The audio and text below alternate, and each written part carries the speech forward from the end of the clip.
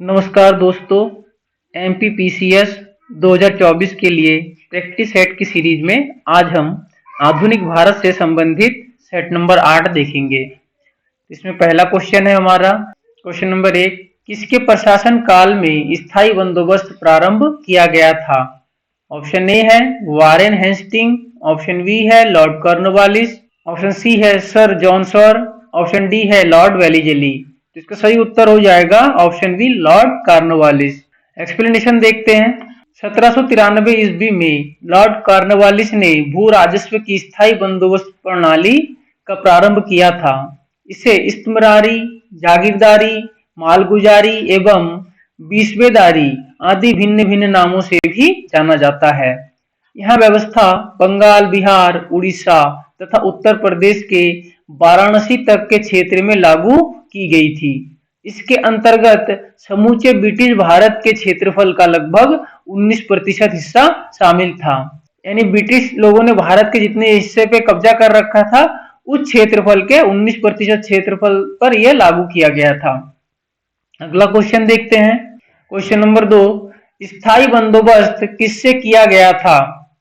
Option A है जमींदारों से, ऑप्शन बी है किसानों से, ऑप्शन सी है मजदूरों से, ऑप्शन डी है व्यापारियों से। तो इसका सही उत्तर हो जाएगा ऑप्शन ए जमींदारों से। एक्सप्लेनेशन देखते हैं। इस व्यवस्था के अंतर्गत जमींदारों के एक नए वर्ग को भूस्वामी घोषित कर दिया गया, जिसे भूमि के लगान का 10/11 भाग कंपनी को देना था तथा 1/11वां भाग अपनी सेवाओं के लिए अपने पास रखना था। अगला क्वेश्चन देखते हैं। Question number 3, sir Thomas Munro किस प्रकार के भू राजस्व बंदोबस्त से संबंधित थे? ऑप्शन ए है स्थायी बंदोबस्त से, ऑप्शन बी है महलवाड़ी बंदोबस्त से, ऑप्शन सी है रैयतवाड़ी बंदोबस्त से, ऑप्शन डी है उपरोक्त में से कोई नहीं। इसका सही उत्तर हो जाएगा ऑप्शन सी रैयतवाड़ी बंदोबस्त से। एक्सप्लेनेशन देखते हैं। रैयतवाड़ी बंदोबस्त अंग्रेजों द्वारा भारत में भू राजस्व वसूली हेतु लागू की गई एक प्रणाली थी। अलेक्जेंडर रीड ने मद्रास प्रेसिडेंसी में सर्वप्रथम 1792 ईस्वी में तमिलनाडु के बारामहल क्षेत्र में रैयतवाड़ी व्यवस्था लागू की। थॉमस मुनरो ने 1809 ईस्वी में कुछ क्षेत्रों में इसको लागू किया। तो 1820 ईस्वी में मद्रास का गवर्नर बनने पर थॉमस मुनरो ने इसे मद्रास में लागू किया।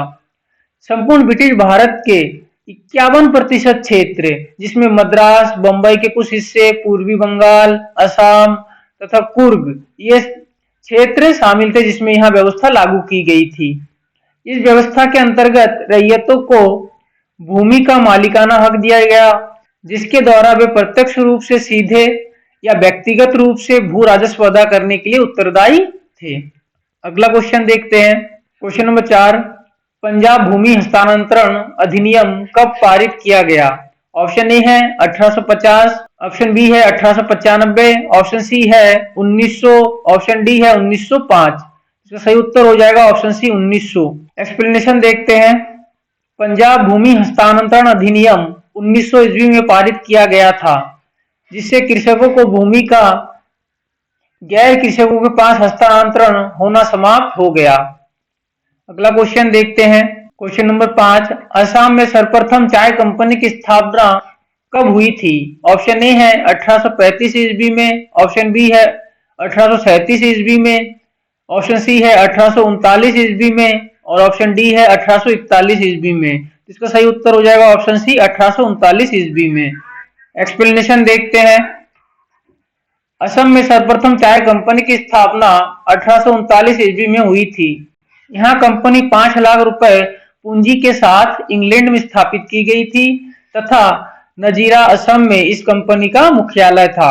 द असम कंपनी भारत की सबसे पुरानी व्यावसायिक चाय कंपनी है, जो वर्तमान में भी कार्यरत है।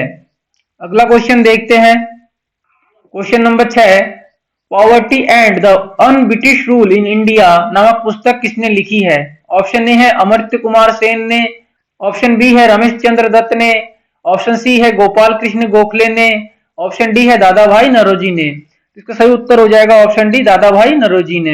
एक्सप्लेनेशन देखते हैं। दादा भाई नौरोजी ने 1865 ईस्वी में डब्ल्यू सी बनर्जी के साथ मिलकर लंदन इंडिया सोसाइटी का गठन किया, जिसका कार्य भारत के दुख दर्दों का प्रचार करना था। 1892 ईस्वी में लिबरल पार्टी के टिकट पर ब्रिटिश हाउस ऑफ कॉमन्स के लिए चुने जाने वाले वे पहले भारतीय थे। यानी दादा भाई नौरोजी ब्रिटिश पार्लियामेंट में चुने जाने वाले पहले भारतीय थे। वो किस पार्टी से लड़के जीते थे? लिबरल पार्टी के टिकट पर। तो ये आपको ध्यान रखना है। दादा भाई नौरोजी ने अपनी पुस्तक poverty and un British rule in India में स्पष्ट रूप से ब्रिटिश शासन के दौरान की आर्थिक दुर्व्यवस्था पर प्रकाश डाला तथा धन के बहिगमन अथवा धन के निकास सिद्धांत का सर्वप्रथम प्रतिपादन किया था। अगला क्वेश्चन देखते हैं। क्वेश्चन नंबर 7, किसने यहाँ विचार किया था कि भारत में ब्रिटिश आर्थिक नीति घिनौनी है? ऑप्शन ए है बाल गंगाधर तिलक, ऑप्शन बी है दादा भाई नौरोजी, ऑप्शन सी है कार्ल मार्क्स, ऑप्शन डी है एडम स्मिथ। तो ऑप्शन सी इसका सही उत्तर हो जाएगा, कार्ल मार्क्स।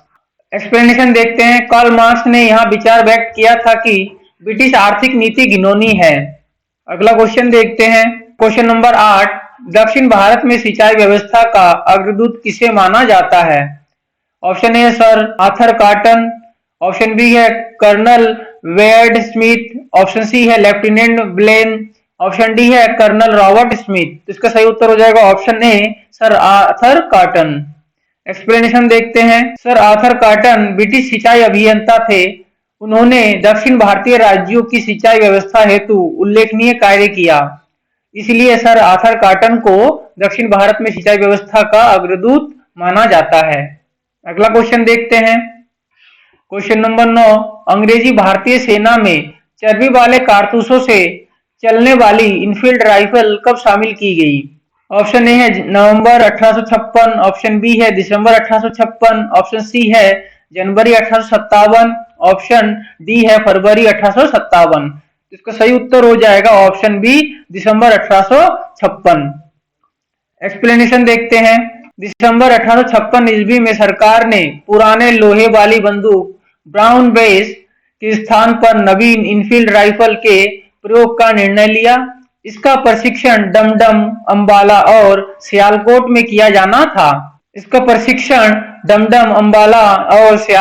दिया जाना था। इस नई राइफल में कारतूस के ऊपरी भाग को मुंह से काटना पड़ता था।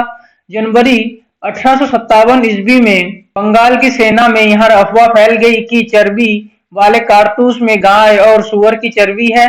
सैनिकों को विश्वास हो गया कि चर्बी वाले कारतूसों का प्रयोग करके उनके धर्म को भ्रष्ट करने का एक प्रयत्न किया जा रहा है। यही भारत के प्रथम स्वतंत्रता संग्राम 1857 के विद्रोह का तात्कालिक कारण बना। अगला क्वेश्चन देखते हैं। क्वेश्चन नंबर 10, मंगल पांडे की घटना हुई थी। ऑप्शन ए मेरठ में, ऑप्शन बी है बैरकपुर में, ऑप्शन सी है अंबाला में, ऑप्शन डी है लखनऊ में। इसका सही उत्तर हो जाएगा ऑप्शन बी बैरकपुर में। एक्सप्लेनेशन देखते हैं। मार्च 1857 को बैरकपुर में किसानों ने चर्बी वाले कारतूसों का प्रयोग करने से इनकार कर दिया और एक सैनिक मंगल पांडे ने अपने एडजुटेंट पर आक्रमण कर उसकी हत्या कर दी थी। तो ये आज के 10 क्वेश्चन है। आगे क्वेश्चन इस तरह से आते रहेंगे। धन्यवाद।